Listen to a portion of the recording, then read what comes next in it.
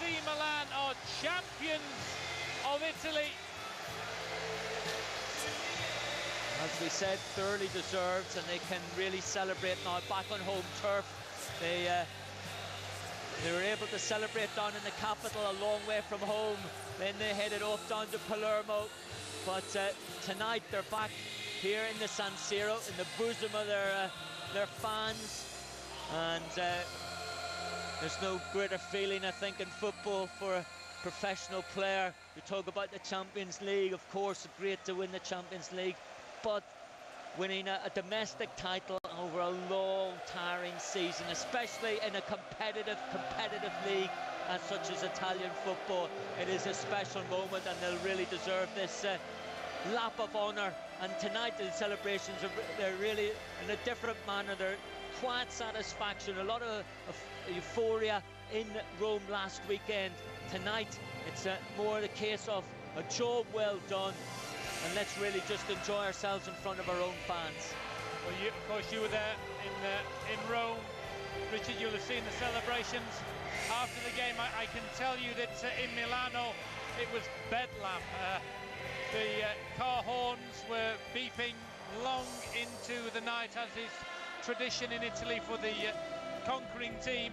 The Duomo, the cathedral in the centre of the city, became a hot spot for fans to converge and to climb monuments and to wave flags.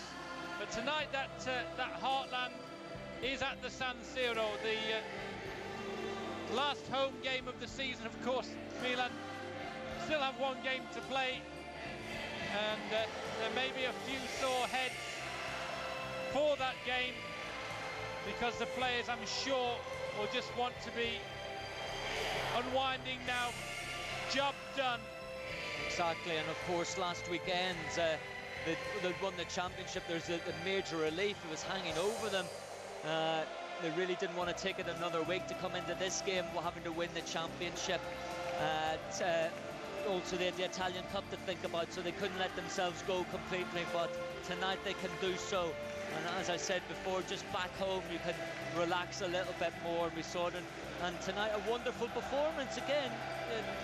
Beautiful way to end the season really for the fans, with a 4-1 victory as well, and enjoyable football overall, and it was played in a good spirit, the game, and certainly Cagliari give what they could for the match for 20 minutes or so, but certainly Milan thoroughly deserving that victory, and another victory to rack up, and taking their goal tally up in there to 67 for the season, which is pretty impressive.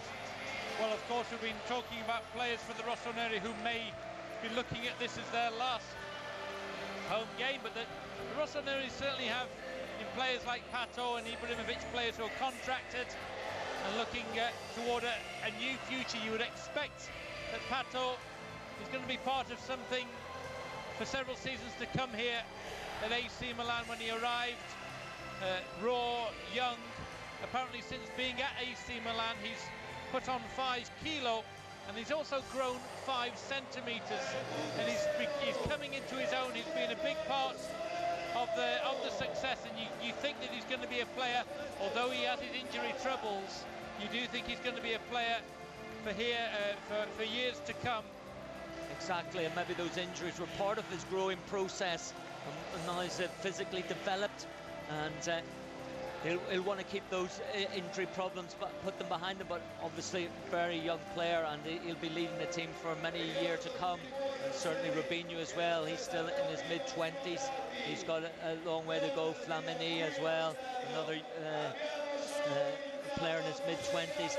Thiago Silva, Abate, as we're saying, you know, the backbone is there.